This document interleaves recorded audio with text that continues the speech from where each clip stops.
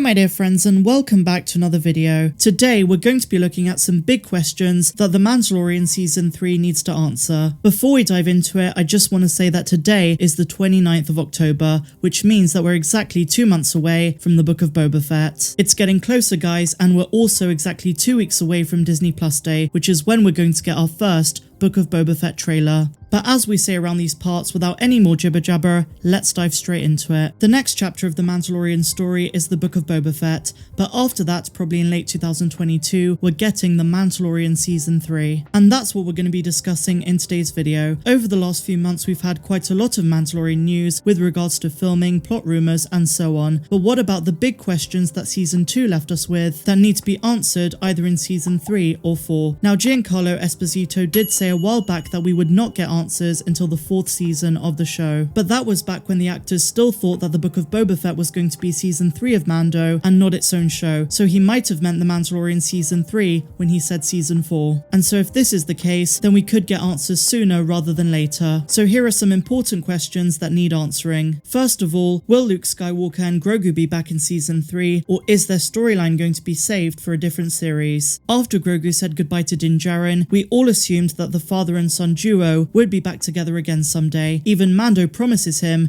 that they will see each other again. But will it be as soon as The Mandalorian's 3rd season if Din Djarin has his hands full with the responsibility of the Darksaber? And also the fact that Season 3 is already poised to have a very different tone. I can't imagine they wouldn't include Grogu at some point in the season, given how popular the character is and also that he's a moneymaker for Disney. But ultimately, I see 3 possibilities. Either they save Luke and Grogu's story for a different show, either the Ahsoka series or another unknown unannounced spin-off, or they have Grogu return to Din Djarin after he's not able to complete the training because of his attachments. Who knows, he might even become a Mandalorian himself. Or the 3rd option is that Grogu does successfully train with Luke and we have a 3rd season that follows 2 storylines, one with Grogu and Luke and the other with Din Djarin and Bo-Katan, a balanced season between the Jedi storyline and the Mandalorian one. I honestly don't know which approach Filoni and Favreau are going to take, but it's certainly something they will have to answer when Season 3 drops. So next up we have another big question. How much more Luke Skywalker are we going to see? This one is very much related to the first question, but worth addressing separately. The behind the scenes Luke Skywalker special showed us how careful Lucasfilm were to not ruin Luke's character. Favreau knew how to use him sparingly in a scene, which took a lot of work and cutting-edge technology. So will we see more of this technology being used to bring Luke back throughout Season 3? Well, the evidence seems to point to a massive yes. Lucasfilm recently hired deepfake artist and YouTuber Sharmuk, who made his own and arguably better version of Luke Skywalker from The Mandalorian Season 2. This attracted Lucasfilm's attention and they brought him on board. Why would they do this if not to try and improve their technique and bring Luke back for Season 3 looking better than ever? Next up, question number 3 is,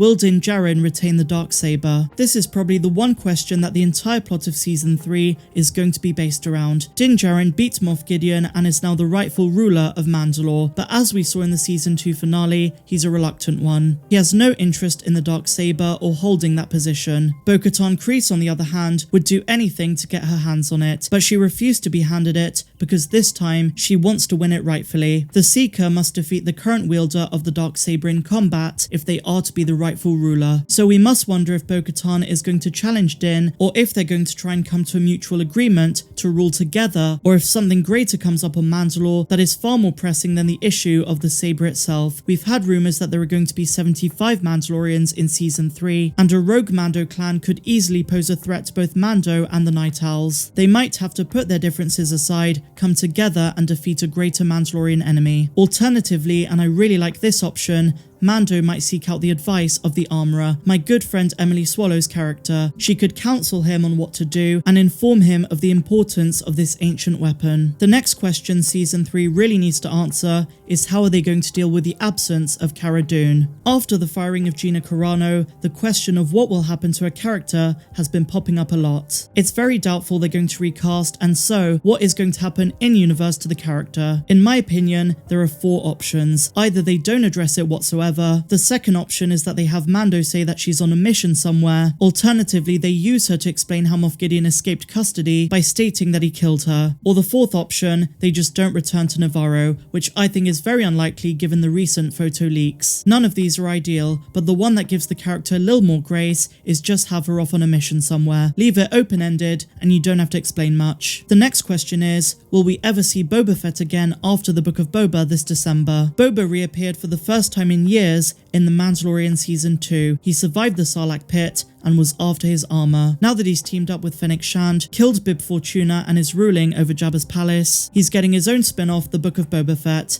But are we ever going to see him again after this? If The Book of Boba has multiple seasons, then he'll probably remain in his own show. But we must wonder if he's also going to appear again in The Mandalorian going forward. The next big question is, what is the Imperial Remnant really up to? Given Lucasfilm's recent push to expand Palpatine's contingency plan, and given what the Bad Batch Season 1 finale set up on Wayland, as well as new info in Secrets of the Sith, it seems all but certain that the cloning tanks that we saw in The Mandalorian Season 2 were attempts to bring Palpatine back. And maybe that one clone that Greef Karga was staring at for a long time is Snoke. Or was all of that a red herring to make us think it's connected to Palpatine's plan, but in reality it's something else? It could connect to Thrawn, time will tell, but I think it's definitely related to Palpatine's plan to come back. I think the unfortunate reality for people who don't like the sequels is that if it is connected to Palpatine, it's going to link to how he returns later on in The Rise of Skywalker. So next up is a very obscure question. Are we going to see Nala Se in Season 3? Kaminoans live a long time, and given that she was captured by the Empire at the end of the Bad Batch to work on Mount Tantis as a cloner, she might still be alive by the time of The Mandalorian and working for Gideon and the Remnant. After all, Dr. Pershing had the Kaminoan cloner badge on his outfit, and he may even be her colleague. I would love for them to connect her to the later story of The Mandalorian, and even though it's been close to 30 years since the end of the Clone Wars, it would give prequels fans a little nod. Besides, it's been 20 years, or nearly 20 years, since we last saw a Kaminoan in live action. And so the final big question we have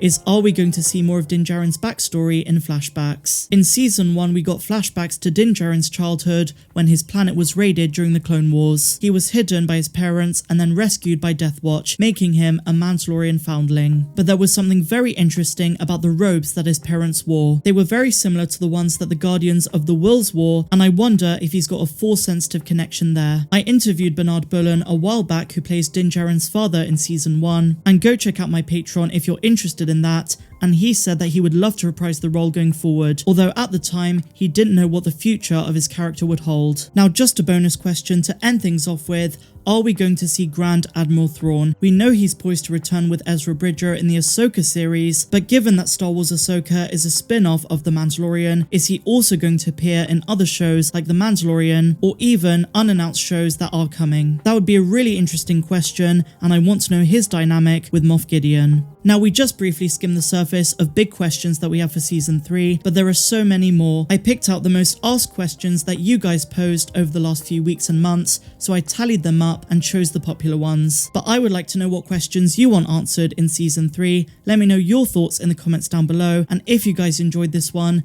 please be sure to give me a big fat thumbs up, subscribe to the channel if you're brand new, and a massive welcome if you are. And also, if you're feeling generous, why not consider becoming a patron? The link is down there in the description. You get access to exclusive updates not found here on YouTube. You also get access to the Discord server and much more. So as I say, we're just 2 weeks away from Disney Plus Day. We should be getting some very amazing announcements. Not only are we getting the Legacy Boba Fett special, but we should be getting a Book of Boba Fett trailer, and with a bit of luck, we might even get something for Andor or Obi-Wan Kenobi. So much to look forward to. I can't wait for all of it, and I hope you guys are pumped as well. But otherwise, my dear friends, have an amazing day no matter where you are in the galaxy. I'm Star Wars Meg. May the Force be with you always.